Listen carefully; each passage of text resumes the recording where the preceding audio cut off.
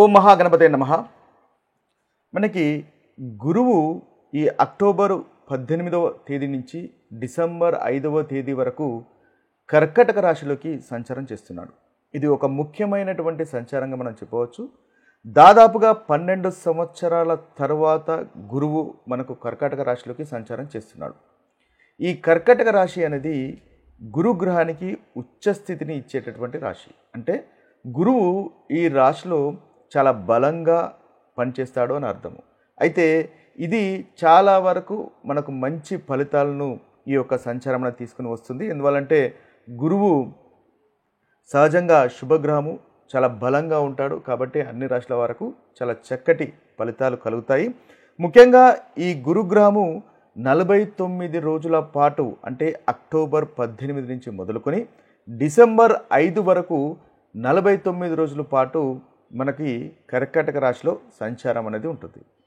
అయితే ఈ దాదాపుగా చూసుకున్నట్టయితే మనకి కర్కాటక రాశి బచక్రంలో 4వ స్థానం, అంటే 4వ రాశి, 4వ ఇల్లు అని అంటాము. కాబట్టి ముఖ్యంగా గృహానికి సంబంధించినటువంటి విషయాల్లో కానీ, తల్లి గారి గురించి సంబంధించినటువంటి విషయాల్లో కానీ, ఆస్తులకు సంబంధించినటువంటి విషయాల్లో కానీ, ప్రాపర్టీస్కి సంబంధించినటువంటి విషయాల్లో, అదేవిధంగా వంశపారంపర్యంగా పూర్వీకుల నుంచి వస్తున్నటువంటి ఆస్తుల విషయాల్లో కాస్త శుభప్రదంగా మనకు ఉండేటటువంటి అవకాశం ఉంటుంది. అదేవిధంగా గురువు చాలా బలంగా ఉన్నాడు కాబట్టి శుభకార్యాలు కూడా జరిగేటటువంటి అవకాశాలు మనకు అనేకము ఈ యొక్క సంచారం వల్ల కనిపిస్తాయి.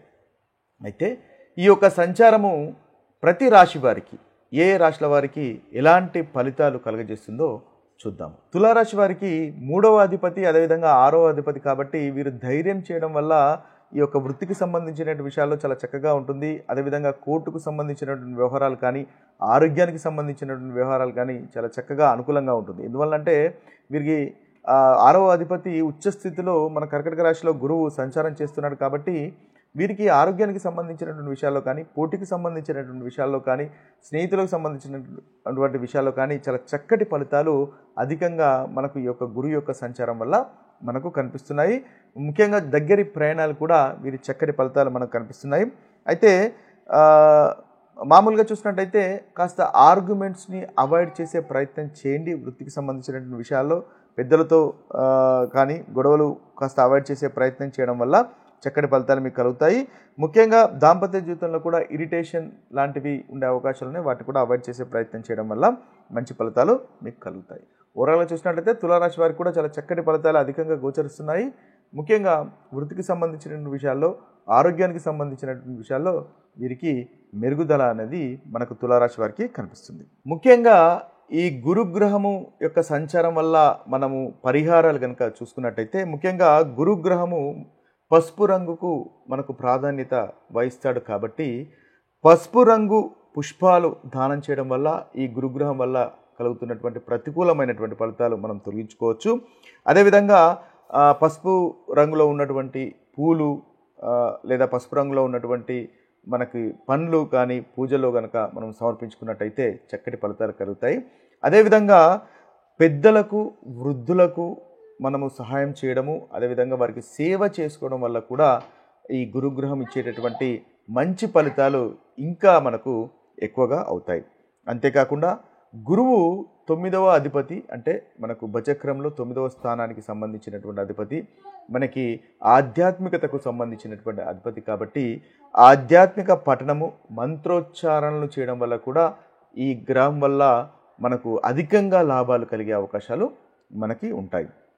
ఇక మనము రాశి ప్రకారంగా కనుక చూసుకున్నట్టయితే మేషరాశి వారు ముఖ్యంగా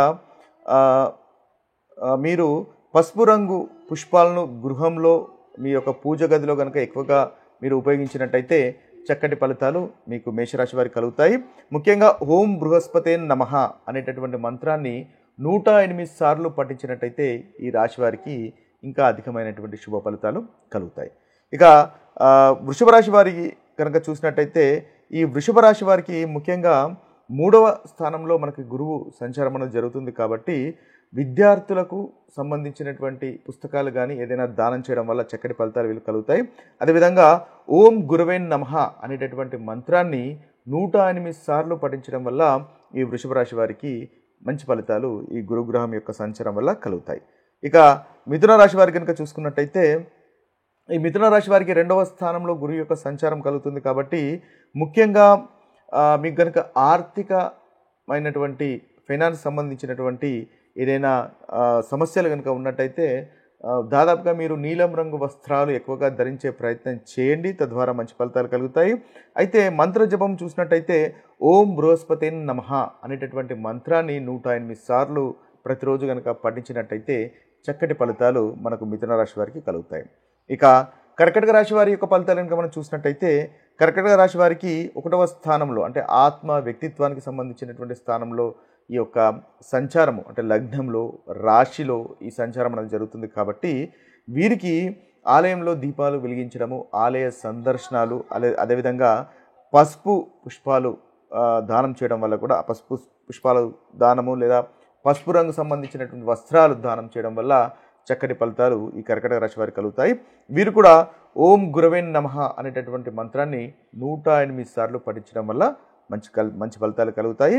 సింహరాశి వారికి చూసినట్టయితే సింహరాశి వారికి 12వ స్థానంలో గురు యొక్క సంచారం కలుగుతుంది కాబట్టి వీరికి పఠించవలసినటువంటి మంత్రం కనుక చూసినట్టయితే ఓం బృహస్పతే నమః అనేటటువంటి మంత్రాన్ని 108 సార్లు పఠించండి, మీకు చక్కటి ఫలితాలు కలుగుతాయి. ఇక కన్యా రాశి వారికి ముఖ్యంగా లాభస్థానంలో ఈ గురు యొక్క సంచారం అనేది ఉంటుంది. వీరికి ముఖ్యంగా పసుపు రంగు వస్త్రాలను దానం చేయడం వల్ల మంచి ఫలితాలు ఈ రాశి వారికి కలుగుతాయి. వీరు చదవాల్సినటువంటి మంత్ర జపము ఓం గురవే నమః అనేటటువంటి మంత్రాన్ని జపించడం వల్ల వీరికి చక్కటి ఫలితాలు కలుగుతాయి. ఇక తులారాశి వారి కనుక చూసినట్టయితే తులారాశి వారికి 10వ స్థానంలో గురువు యొక్క సంచారం కలుగుతుంది. వీరికి ముఖ్యంగా ఓం బృహస్పతే నమః అనేటటువంటి మంత్రాన్ని 108 సార్లు పఠించండి. అదేవిధంగా విష్ణు సహస్రనామం పఠించండి, మహావిష్ణువును ఆరాధించండి, తద్వారా చక్కటి ఫలితాలు ఈ రాశి వారికి కలుగుతాయి.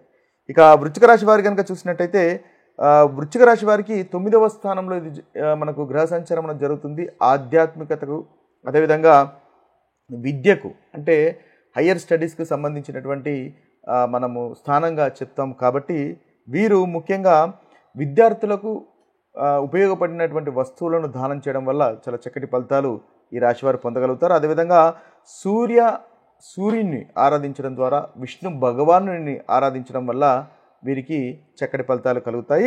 వీరు చేయవలసినటువంటి మంత్ర జపము ఓం గురవే నమః అనేటటువంటి మంత్రాన్ని జపించడం వల్ల మంచి ఫలితాలు వీరికి కలుగుతాయి. ఇక ధనుసు రాశి వారి కనుక చూసినట్టయితే ఈ ధనుసు రాశి వారికి ముఖ్యంగా ఓం బృహస్పతే నమః అనేటటువంటి మంత్రాన్ని 108 సార్లు రోజు జపించడం వల్ల వీరికి మంచి ఫలితాలు కలుగుతాయి. పసుపు రంగు వస్త్రాలు ముఖ్యంగా దానం చేయడము, ఉపవాసం ఉండడం వల్ల కూడా ఈ ధనుసు రాశి వారికి చక్కటి ఫలితాలు. ఇక మకర రాశి వారి యొక్క ఫలితాలు కనుక మనం చూసినట్టయితే మకర రాశి వారికి ముఖ్యంగా 7వ స్థానంలో ఈ యొక్క సంచారం అనేది జరుగుతుంది కాబట్టి ఓం గురవే నమః అనేటటువంటి మంత్రాన్ని మీరు పఠించండి, చక్కటి ఫలితాలు మీకు కలుగుతాయి. ఇది ఒక పరిహారంగా మనకు ఉపయోగపడుతుంది. ఇక కుంభరాశి వారు చేయవలసింది కనుక చూసినట్టయితే కుంభరాశి వారు ముఖ్యంగా వీరు చదవాల్సినటువంటి మంత్రం చూసినట్టయితే విష్ణు సహస్రనామం పఠించండి, చాలా చక్కటి ఫలితాలు ఈ రాశి వారికి కలుగుతాయి.